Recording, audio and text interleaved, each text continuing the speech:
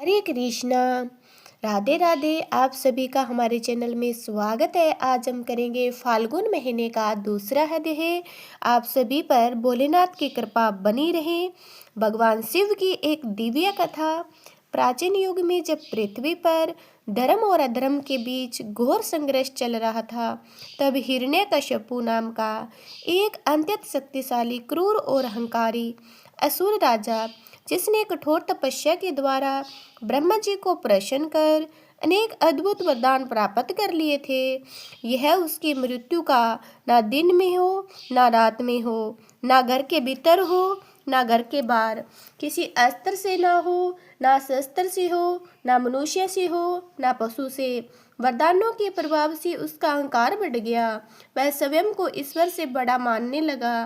तीनों लोकों में भगवान विष्णु की पूजा पर रोक लगाकर केवल अपनी ही उपासना का आदेश देने लगा। किंतु उसी अधर्मी असुर के घर में प्रहलाद नाम का एक गर्भ अवस्था में ही नारद मुनि के उपदेशों से भगवान विष्णु की भक्ति से ओतप्रोत हो चुका था। इसलिए जन्म लेते ही उसका मन, उसकी बुद्धि, उसका हृदय केवल नारायण में लीन हो गया। बाल्यावस्था में भी प्रहलाद ना खिलौनों में रमते थे, ना खेल कूद में, बल्कि एकांत में बैठकर ओम नमो नारायण का जाप करते और अपने सरल शब्दों में भगवान विष्णु की महिमा गाया करते। जब वह गुरुकुल गया तो वहाँ भी अन्य दैत्य बालकों को यह उपदेश देता कि संसार क्षणभंगुर है, केवल भगवान नारायण की शरण में ही जीव का कल्याण है। यह बात जब हिरण्यकश्यपु तक पहुंची तो उसका क्रोध ऐसे ही नहीं हो उठा, क्योंकि वह अपने ही पुत्र को विष्णु भक्ति को सहन नहीं कर पा रहा था। उसने गरुओं को धमकाया, प्रहलाद को डराया, धमकाया, समझाया, बुझाया, परंतु प्रहलाद तो अपने विश्वास से तनिक भी विचलित नहीं हुआ।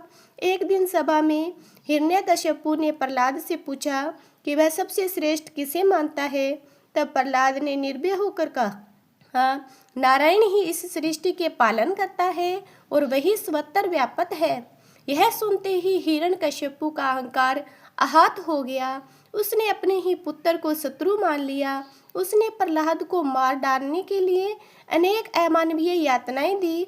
कभी उसे ऊंचे पर्वत से नीचे फेंकवाया गया, कभी समुद्र में डलवाया गया, कभी विषैले सर्पों के बीच छोड़ दिया गया, कभी अग्नि में जलाने का प्रयास किया गया, कभी मंदमस्त हाथियों में कुचलाया गया, परंतु हर बार भगवान विष्णु अदृश्य रूप से अपने भक्त की रक्षा करते रहे। प्रहलाद भाव से नारायण का नाम जपता रहा। अंतः क्रोध और अहंकार में अंधा होकर हिरण्यकश्यपु विशाल स्तंभ की ओर संकेत करते हुए प्रहलाद से पूछा, यदि तेरा नारायण स्वस्थ है तो क्या इस स्तंभ में भी है? तब प्रहलाद ने अत्यंत संत, दृढ़ और विश्वास से बड़े स्वर में कहा, नारायण कण कण में विद्यमान है। उसी क्षण वह स्तंभ प्रलय समान गर्जना के साथ फट गया और भगवान विष्णु नरसिंह रूप में प्रकट हुए, जिनका स्वरूप न पूर्ण मनुष्य था, न पूर्ण पशु, आधा सिंह और आधा मानव, जिनकी आंखों से प्रलय की ज्वाला निकल रही थी, जिनके नख वज्र से भी कठोर थे और जिनके गर्जना से आकाश, पृथ्वी और पाताल तीनों लोग कांप उठे। भगवान नरसिंह ने संध्या के समय भवन की देरी पर हिरण्यकश्यप को अपनी जंघा पर रखकर अपने तीक्ष्ण नखों से उसका वध कर दिया और इसी प्रकार ब्रह्मा जी के वरदानों की मर्यादा रखते हुए अधर्म का अंत कर दिया। किंतु हिरण्यकश्यपु के वध के पश्चात भी भगवान नरसिंह का उग्र रूप शांत नहीं हुआ। उनका क्रोध इतना भयानक था कि उनकी गर्जना से स्वर लोक हिल उठा, पाताल लोक कांप गया, दिशाएं भय से भर गई, सूर्य का तेज मंद पड़ गया, चंद्रमा की शीतलता लुप्त हो गई, अग्नि शीतल हो गई, वायु का प्रवाह रुक सा गया। देवताओं में ऐसा भय व्याप्त हो गया कि कोई भी भगवान नरसिंह के पास जाने का साहस न कर सका। यहाँ तक कि ब्रह्मा जी भी दूर से उनकी स्तुति करने लगे।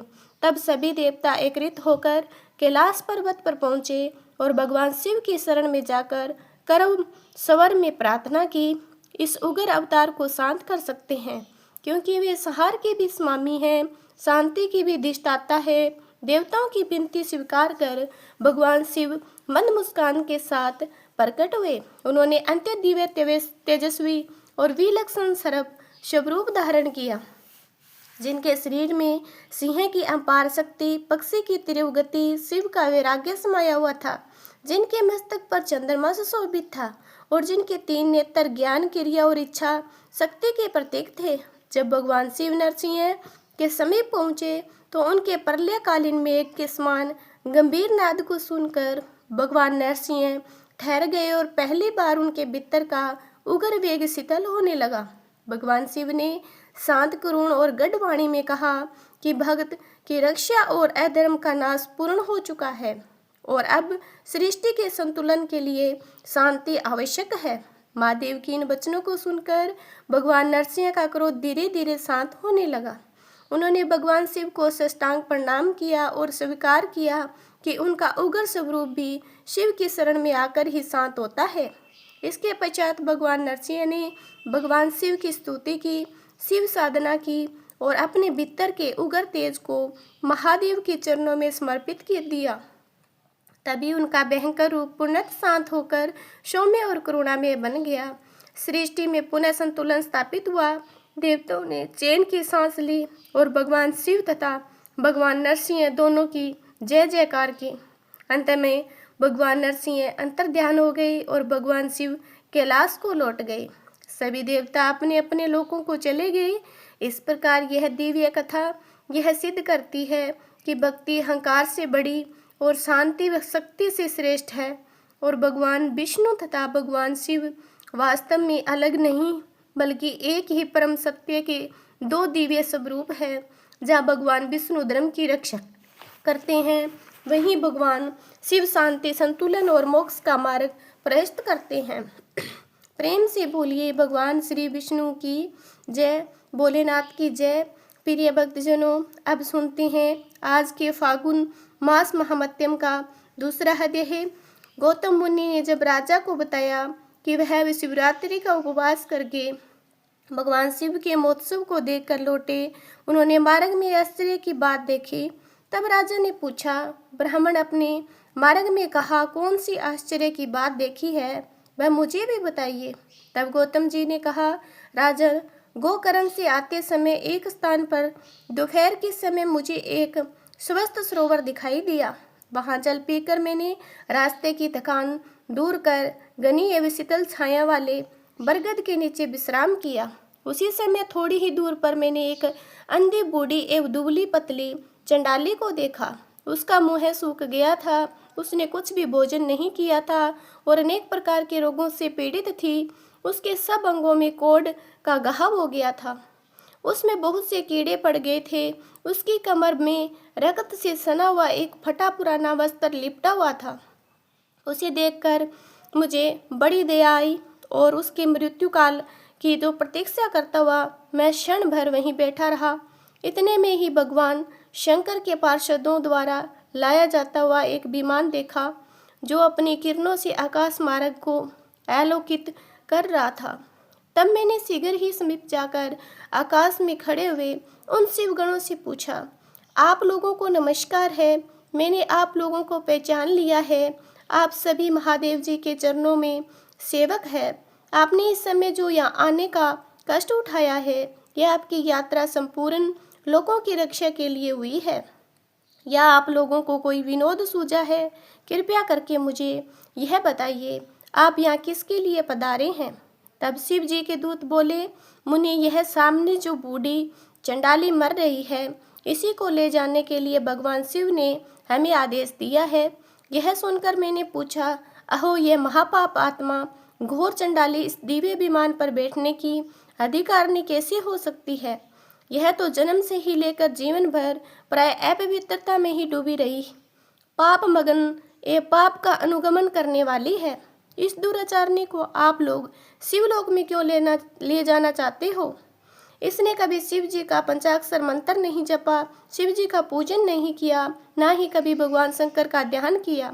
सत्संग से सदा दूर रहने वाली इस अत्यंत क्रोधी स्वभाव वाली स्त्री को आप लोग शिवलोक में कैसे ले जाना चाहते हो? अहो, ईश्वर की लीला का रहस्य देहाधारियों को समझ में आना कठिन है, जिसमें पाप आत्मा प्राणी भी दया करके परम पद में पहुंचाए जाते हैं। मेरे ऐसा कहने पर देवादिदेव भगवान शिव के दूत इस प्रकार बोले, महामते, यह कर्मों के परिपाक से प्राप्त होने वाली गति देखो, जो कि एक नीच से नीच नारी भी आज रोग शोक से रहित परम धाम पर आरूढ़ हो रही है। इसने पूर्व जन्म में अन्नदान आदि नहीं किया था, अतः भूख प्यास आदि क्लेशों से यहाँ पीड़ित हो रही है। इसने जो मंदिरा के नशे में अंधी होकर बड़ा भयंकर पाप कर डाला था, उसी के फल से यह जन्मा हो गई। पूर्व जन्म में इसने जानबूझकर गाय के बछड़े को खाया था, इसलिए इस जन्म में अतिशय निंदित चंडाली हुई। इसने सदाचार का मार्ग त्याग कर पूर्व जन्म में व्यभिचार के मार्ग को अपनाया था। उसी अकथनीय पाप से इस जन्म में यह दुराचारणी और दुर्भाग्यवती हुई। विधवा होकर भी इसने दूसरे पति का आलिंगन किया। उसी महान पाप के कारण इसके शरीर में कोढ़ के बहुत से घाव हो गए। इसने काम वेदना से व्याकुल होकर शिवेस्तानुसार शूद्र से रमण किया। उसने पाप के कारण से महान रक्त पीड़ और कीड़ों से पीड़ित होना पड़ा। इसने कभी उत्तम फल व्रतों का पालन नहीं किया, यज्ञ पूजा नहीं की, कुआं आदि खुदवाने या बगीचे लगाने का काम नहीं किया। उसी पाप से यह सब प्रकार के भोग साधना से रहित होकर दुख पा रही है। पूर्व जन्म में इस मूर्ख स्त्री ने मंदिरा पान किया था। उसी पाप से यह माँ यक्ष्मा की पीड़ा और हृदय सूल से तड़फ रही है। हे मुनि श्रेष्ठ, विवेकी महात्मा यहीं पर सब मनुष्यों में उनके संपूर्ण पाप के चिन्ह देखते हैं। यहाँ जो बहुत से रोगों के द्वारा पीड़ित और पुत्र धन से हीन है, दो दुष्ट लक्षणों से कलेश पाने वाले, लाज छोड़कर भीख मांगने वाले, वस्त्र अन्न पान शेय भूषण और अभ्यंग आदि से वंचित कुरूप विद्याहीन है। लूले लंगड़े आदि कुसित भोजन करने वाले, दुर्भाग्यवान, निंदित तथा दूसरों के सेवक है। यह सभी पूर्व जन्म में बड़े भारी पापी रहे हैं। इस प्रकार यत्न पूर्वक विचार करके संसार के मनुष्यों की दशा देखकर विद्वान पुरुष कभी पाप नहीं करता। यदि करे तो वह आत्मघाती है। जीव का यह मनुष्य शरीर अनेक प्रकार के सत्कर्मों का एकमात्र साधन है। इसके द्वारा सदा शुभ कर्मों का ही सेवन करें, पाप कर्मों को सर्वदा एवं सर्वदा त्याग दें। सुख की इच्छा रखने वालों को पुण्य करना चाहिए। मनुष्य का यह शरीर अत्यंत दुर्लभ होता है।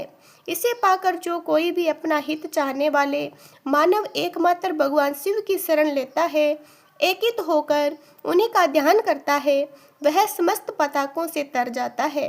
पहले इस दुराचारणी स्त्री के मुख से असावधानी में शिव जी का नाम उच्चारित हुआ था। श्री गोकर्ण क्षेत्र में शिवरात्रि को उपवास करके रात में इसने जागरण किया और शिव जी के मस्तक पर बेल पत्र चढ़ाया। उसी का जो उत्तम फल है, उसे आज भोगने जा रही है। यह सब तुम अपनी आंखों से देखते हो। तब गौतम जी कहते हैं, राजन इस प्रकार कहकर उन शिवदूतों ने उस चंडाल की योनि से जीव को खींचकर उसे दिव्य तेज से संपन्न कर दिया।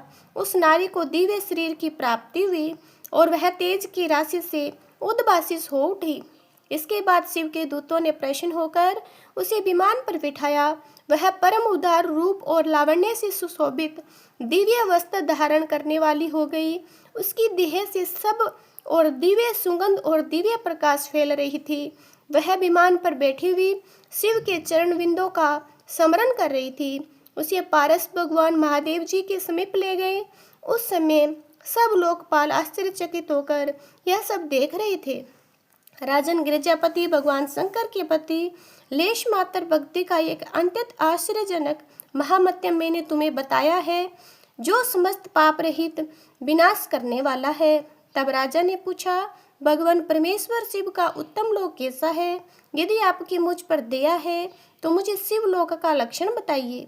तब गौतम जी बोले, ब्रह्मा आदि दिवेश्वरों के लोकों में भी जो अत्यंत दुर्लभ आनंद है, वह जिस दिव्य धाम में नित्य विद्यमान रहता है, वही परमेश्वर शिव का लोक है, जहाँ सब लोगों को लांघ कर जाना होता है, जिसमें दिव्य प्रकाश स्थित है, जहाँ अविद्या में अंधकार का कहीं लेस मात्र भी संयोग नहीं रहता, वही परमेश्वर शिव का लोक है, जहाँ काम, क्रोध, लोभ और मंद विकार निवास नहीं करते, जहाँ जन्म आदि अवस्थाएं प्राप्त नहीं होती, वह परमेश्वर शिव का लोक है। जो लोग भगवान शिव की भक्ति से परिपूर्ण हैं वे ही इस दिव्य धाम में जाते हैं। जो भगवान शंकर की कथा सुनने और कहने में हर्ष का अनुभव करते हैं, केवल शांति में जिनकी स्थिति है, जो सब प्राणियों के अकारण और मोह रहित है, संसार चक्कर को लांघकर भगवान शंकर की आनंदमय धाम को पाकर सुखी होते हैं। इसी प्रकार तुम भी गोकर्ण क्षेत्र में भगवान शंकर के स्थान पर जाकर उनके दर्शन से समस्त पाप रहित निवारण करो, कृतकृत्य हो जाओ। वहां सब समय स्नान करके महाबल शिव की पूजा करो। शिव चतुर्दशी को एकाग्रता पूर्वक उपवास करके रात्रि में जागरण करो। बेलपत्र के द्वारा भगवान शंकर का पूजन करो। इससे तुम सब पापों से मुक्त हो जाओगे, शिवलोक को प्राप्त करोगे। ऐसा कहकर मुनिवर गौतम प्रसन्नता से मिथिलापुरी को चले गए। राजा मित्र सह गोकर्ण क्षेत्र में आए। वहाँ महाबल नाम से प्रसिद्ध महादेव जी का दर्शन और पूजन करने से उनकी समस्त पाप राशि धुल गई। उन्होंने भगवान शिव के परम धाम को प्राप्त कर लिया। जो मनुष्य भगवान शिव की इस मनोहर कथा को प्रतिदिन भक्ति पूर्वक सुनता है, कथा सुनाता है, वह परम गति को प्राप्त होता है। श्री सुत जी कहते हैं, भगवान शिव गुरु है, शिव देवता है, शिव ही प्राणियों के बंधु है, शिव ही आत्मा है और शिव ही जीव है। शिव से भिन्न दूसरा कुछ नहीं है। भगवान शिव के उद्देश्य से जो कुछ भी दान जप होम किया जाता है उसका फल अनंत होता है। यह समस्त शास्त्रों का निर्णय है। जो एकमात्र भगवान शिव का भजन करता है वह सब बंधनों से मुक्त हो जाता है। जो प्रीति अपने पुत्र, स्त्री और धन में की जाती है वही यदि भगवान शिव की पूजा में की जाए तो उद्धार कर देती है। इसलिए कितने ही महात्मा पुरुष भगवान शिव की पूजा के लिए संपूर्ण विषय रूपी मंदिरा को छोड़ देते हैं, वहीं जीवा सफल और भगवान शिव की स्तुति करते हैं। मन सार्थक है। जो शिव के ध्यान में संलग्न रहता है वे ही कान सफल होते हैं, उनकी कथा सुनने के लिए उत्सुक रहते हैं। दोनों हाथ सार्थक है जो शिव की पूजा करते हैं। नेत्र धन्य है जो महादेव जी की पूजा का दर्शन करते हैं। मस्तक धन्य है जो भगवान शिव के सामने झुक जाता है। पैर धन्य है जो भक्ति पूर्वक शिव के क्षेत्रों में सदा भ्रमण करते हैं। जिसकी संपूर्ण इंद्रियां भगवान शिव के कार्यों में लगी रहती है वह संसार सागर के पार हो जाता है और भोग तथा मोक्ष प्राप्त कर लेता है। शिव की भक्ति से युक्त मनुष्य, चंडाल, पुलकश, नारी, पुरुष, नपुंसक कोई भी क्यों ना हो तत्काल संसार बंधन से मुक्त हो जाता है। जिसके हृदय में लेस मात्र ही भगवान शिव के प्रति भक्ति है वह समस्त देहधारियों के लिए वंदनीय है। उज्जैनी में चंद्रसेन नामक एक राजा थे। उसी नगर में निवास करने वाले भगवान महाकाल का पूजन करते थे। शिव के पार्षदों में अग्रगण्य तथा अमंगलों को जीतने वाले विश्व वंदित मणिभद्र जी राजा चंद्रसेन के सखा थे। उन्होंने राजा पर प्रसन्न होकर एक समय उन्हें दिव्य चिंतामणि प्रदान की जो कौस्तुक मणि तथा सूर्य के समान्यमान थी। वह देखने, सुनने, ध्यान करने पर भी मनुष्यों को मनोवांछित वस्तु प्रदान करती थी। राजा उस चिंतामणि को कंठ में धारण करके जब वह सिंहासन पर बैठते थे तब देवताओं ने सूर्य नारायण की भांति उसकी शोभा होती। राजा चंद्रसेन के विषय में यह सब बातें सुनकर समस्त राजाओं के मन में उस मणि के प्रति लोभ की मात्रा बढ़ गई, शुद्ध रहने लगी। एक बार उन सब ने बहुत सी सेना साथ लेकर क्रोध पूर्वक पृथ्वी को कंपित करते हुए आक्रमण किया और उज्जैनी के चारों द्वारों को घेर लिया। अपनी पुरी को घिरी हुई देखकर राजा चंद्रसेन भगवान महाकाल की शरण में गए और मन में संदेह रहित करके दृढ़ निश्चय के साथ उपवास पूर्वक दिन रात अनन्य भाव से भगवान गौरीपति की आराधना करने लगे। उन्हीं दिनों उस नगर में कोई ग्वालिन रहती थी जिसके एकमात्र पुत्र था। वह विधवा थी और उज्जैनी में बहुत दिनों से रहती थी। वह अपने 5 वर्ष के बालक लिए हुए महाकाल के मंदिर में गई और राजा चंद्रसेन के द्वारा की हुई गिरजापति की महापूजा का दर्शन किया। शिव पूजा का आश्चर्य उत्सव को देखकर भगवान शिव को प्रणाम किया, पुनः अपने निवास स्थान को लौट आई। ग्वालिन के उस बालक ने भी वह सारी पूजा देखी। अतः घर आने पर उसने कौतूहल वंश शिव जी की पूजा प्रारंभ की। जो संसार से वैराग्य प्रदान करने वाली है। एक सुंदर पत्थर लाकर उसने घर से थोड़ी ही दूरी पर एकांत स्थान पर रख दिया। उसी को शिवलिंग माना। फिर अपने हाथ से मिलने लायक जो भी फूल दिखाई दिए उन सब का संग्रह करके बालक ने जल से शिवलिंग को स्नान कराया, भक्तिपूर्वक पूजन किया। इसके बाद कृत्रिम अलंकार, चंदन, धूप, दीप, अक्षत उपचारों से रचना करके मन कंपित दिव्य वस्तुओं से भगवान को नैवेद्य निवेदन किया। सुंदर सुंदर पत्रों फूलों से बार बार पूजा करके भांति से नृत्य किया। बारंबार भगवान के चरणों में शीश झुकाया। इस प्रकार अनन्यचित होकर शिव की आराधना में लगे हुए अपने पुत्र को ग्वालिन ने बड़े प्यार से भोजन के लिए बुलाया। उसका मन तो पूजा में लगा हुआ था। माता के बहुत बुलाने पर उसने भोजन करने की इच्छा नहीं हुई। तब उसकी माँ स्वयं उसके पास गई और शिव के आगे आंखें बंद करके ध्यान लगाकर बैठा देखकर हाथ पकड़कर खींचने लगी। इतने पर जब वह नहीं उठा तब उसने क्रोध में आकर खूब पीटा। खींचने, मारने, पीटने पर जब उसका पुत्र नहीं आया तो शिवलिंग उठाकर दूर फेंक दिया। उस पर चढ़ाई हुई सारी पूजा सामग्री नष्ट कर दी। यह देखकर बालक हाय हाय करके रो उठा।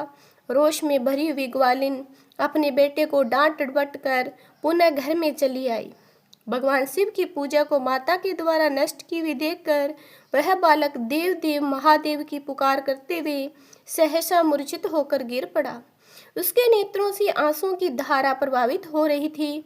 2 घड़ी बाद जब उसे चेतन हुआ तो आंखें खोली और देखा कि उसका वही निवास स्थान परम सुंदर शिवालय हो गया। यह सब देखकर वह सहसा उठा और हर्ष से परमानंद के समुद्र में निमग्न सा हो गया। उसने समझ लिया कि यह सब शिव की पूजा का महात्म्य है। उसी के प्रभाव से दिव्य विभूति प्रकट हुई है। इसके बाद उस बालक ने अपनी माता के अपराध की शांति के लिए पृथ्वी पर मस्तक रखकर साष्टांग प्रणाम किया और इस प्रकार कहा, देव उमापति, मेरी माता का अपराध क्षमा कीजिए। वह मूर्ख है, आपके प्रभाव को नहीं जानती। हे शंकर, आप उस पर प्रसन्न होइए। यदि मुझ में आपकी भक्ति से उत्पन्न हुआ कुछ भी पुण्य है तो मेरी माता को अपनी दया प्राप्त करें। इस प्रकार भगवान शंकर को बार बार प्रसन्न करके उनके चरणों में मस्तक झुकाकर सूर्यास्त के समय बालक शिवालय से बाहर निकला। उसने अपने शिवर को देखा। वह इंद्र नगर के समान शोभा पा रहा था। वहाँ सब कुछ स्वर्णमय होकर विचित्र वैभव से प्रकाशित होने लगा। भवन के भीतर प्रवेश करके बालक ने देखा कि उसकी माँ बहुमूल्य रत्न में पलंग पर बिछी हुई श्वेत रंग की शैया पर निर्भय होकर सो रही है। उसी को याद करती है उसने माता को जगाया। ग्वालिन बड़े बेग से उठी। अपने को, अपने पुत्र को, अपने घर को अपूर्व रूप में देखकर आनंद से विहल हो गई। पुत्र के मुख से गिरजापति शंकर का वह सब प्रसाद सुनकर ग्वालिन ने राजा को सूचना दी। निरंतर भगवान के भजन में लगे रहते थे। राजा अपना नियम पूरा करके रात में सहसा वहाँ आए और ग्वालिन के पुत्र वह प्रभाव जो शंकर जी के संतोष से प्रकट हुआ था उसे देखा। स्वर्ण में शिव मंदिर, रतन में शिवलिंग, सुंदर मणियों से जगमगाता हुआ ग्वालिन का महल देखकर राजा चंद्रसेन पुरोहित और मंत्रियों के साथ 2 घड़ी तक आश्चर्यचकित होकर परमानंद में डूबे रहे। इसके बाद नेत्रों से प्रेम के आंसू बहाते हुए ग्वालिन उस बालक को हृदय से लगा लिया। भगवान शिव के इस अद्भुत महात्म्य की चर्चा समस्त पुरवासियों बड़े बेग से फैली और कहते सुनते रात मानो क्षण भर में व्यतीत हो गई। युद्ध के लिए आए हुए नगर को चारों ओर से घेर कर खड़े हुए राजाओं ने भी प्रांतः काल दूतों के मुख से यह परम अद्भुत समाचार सुना। सुनते ही उनके मन में वर भाव निकल गया। उन्होंने सहसा हथियार डाल दिए और चकित होकर महाराज चंद्रसेन की आज्ञा से नगर में प्रवेश किया। उस रमणीय नगरी में प्रवेश करके भगवान महाकाल को प्रणाम करने के बाद सब राजा उस ग्वालिन के घर पर आए। वहां राजा चंद्रसेन ने आगे बढ़कर उनका स्वागत किया। बहुमूल्य आसनों पर बैठे हुए प्रीतिपूर्वक विस्मित एवं अनादित हुए गोप बालक पर कृपा करने के लिए स्वतः प्रकट हुए शिवालय और शिवलिंग का दर्शन करके सब राजाओं ने भगवान शिव को अपनी उत्तम बुद्धि समर्पित की, उनमें भक्ति पूर्वक मन को लगाया। इसी समय सब देवताओं से पूजित परम तेजस्वी वानर हनुमान भी वहाँ पर आए और शिवलिंग के दर्शन किए। इसी प्रकार से जो शिव जी का सच्चा मन से भक्त होते हैं, उसके आते ही सब राजाओं ने बड़े वेग से उठकर भक्ति भाव से विनती होकर उन्हें नमस्कार किया। तब हनुमान जी ने कहा, राजाओं, भगवान शिव की पूजा के सिवाय देहधारियों के लिए दूसरी कोई गति नहीं। यह बड़े सौभाग्य की बात है कि इस गोप बालक ने शनिवार को प्रदोष व्रत के दिन बिना मंत्र के भी शिव का पूजन करके उन्हें पा लिया। शनिवार को प्रदोष व्रत समस्त देहधारियों के लिए दुर्लभ है। कृष्ण पक्ष के आने पर तो वहाँ और दुर्लभ है। गोप वंश की कृति बढ़ाने वाला यह बालक संसार में सबसे अधिक पुण्य आत्मा है। इसकी वंश परंपरा में भी 8वीं पीढ़ी में महायशस्वी नंद उत्पन्न हुए होंगे, जिनके यहाँ साक्षात भगवान नारायण उनके पुत्र रूप से प्रकट होकर श्री कृष्ण के नाम से प्रसिद्ध होंगे। आज से यह गोपाल नंदन संसार में श्रीकर नाम से विख्यात होगा। अंजनी नंदन हनुमान जी ऐसा कहकर उस गोप बालक को शिव उपासना के आचार व्यवहार का उपदेश देकर वहीं अंतर्ध्यान हो गए। वे सब राजा हर्ष में भरकर महाराज चंद्रसेन की आज्ञा लेकर जैसे आए वैसे ही लौट गए। महातेजस्वी श्रीकर हनुमान जी का उपदेश पाकर धर्मज्ञ ब्राह्मणों के साथ शंकर जी आराधना करने लगे। समय भक्त श्री गोप तथा राजा चंद्रसेन दोनों ने भक्ति पूर्वक शिव की आराधना करके परम पद प्राप्त किया। यहाँ परम पवित्र उपाख्यान कहा, यह गोपनीय रहस्य है, सुयश एवं पुण्य समृद्धि को बढ़ाने वाला है तथा गौरीपति भगवान शिव के चरणाबिंदों में भक्ति भाव की वृद्धि और पाप राशि का निवारण करने वाला है। आज का देह यहीं पर समाप्त होता है। फाल्गुन मास का तीसरा अध्याय सुनने के लिए हमारे चैनल को जरूर सब्सक्राइब करना एवं कमेंट करके जरूर बताना कि आपको अध्याय कैसा लग रहा है। ओम नमः शिवाय।